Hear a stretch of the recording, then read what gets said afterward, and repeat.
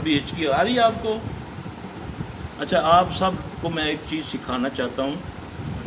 اب کبھی ایسا مریض ہو نا آپ ہچکی والا، تو ذرا بڑے بچے کی ہچکی تو اچھی ہوتی ہے. جو بڑا بندہ 16-17 سال کی عمر کی ہچکی والا بندہ وہ خطرناک ہوتی ہے، کسی وقت بھی نا کچھ ہو سکتا ہے. میں آپ کو ایک طریقہ بتاتا ہوں، تو آپ نا میں سورہ فاتحہ پڑھ لیں.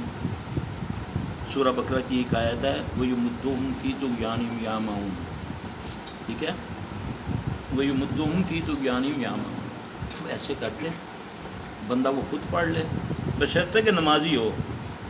یہ نہیں ہاتھی سگریٹ چرس دا سوٹا پھڑیا ہوئے تو نال لائی جاوے تو نال پڑھی جاوے. یہ نہیں ہوگا پھر الٹا ہچکی کی جگہ کچھ اور بھی ہونا شروع ہو جائے گا.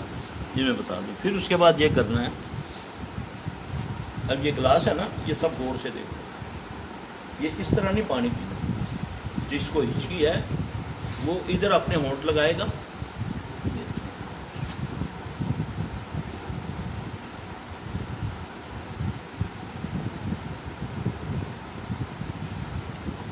اس طرح وہ پانی پیے گا.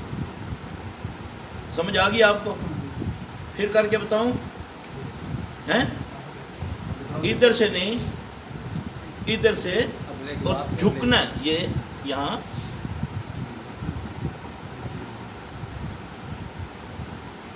جتنا جھکے گا پانی ایک ہوں یہ زیادہ ہے، اس کی ہچکی اس سے وقت بند ہو جائے گی. اللہ بند کر دے گا انشاءاللہ.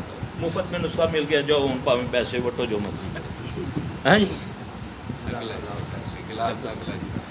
جی ہاں جی، اگلا حصہ جھک کے کتنی بھی چیز کی آندھی ہوئے گی انشاءاللہ ٹھیک ہو جائے گی. آیت نمبر کتنی ہے؟ آیت دن یاد، دوسرے رکوع دیا. ہاں دوسرے رکوع دیا میرا خیال ہے. وَيُمُدُّهُمْ فِي طُغْيَانِهِمْ، پہلے سپارے سے سورہ بقرہ دیا.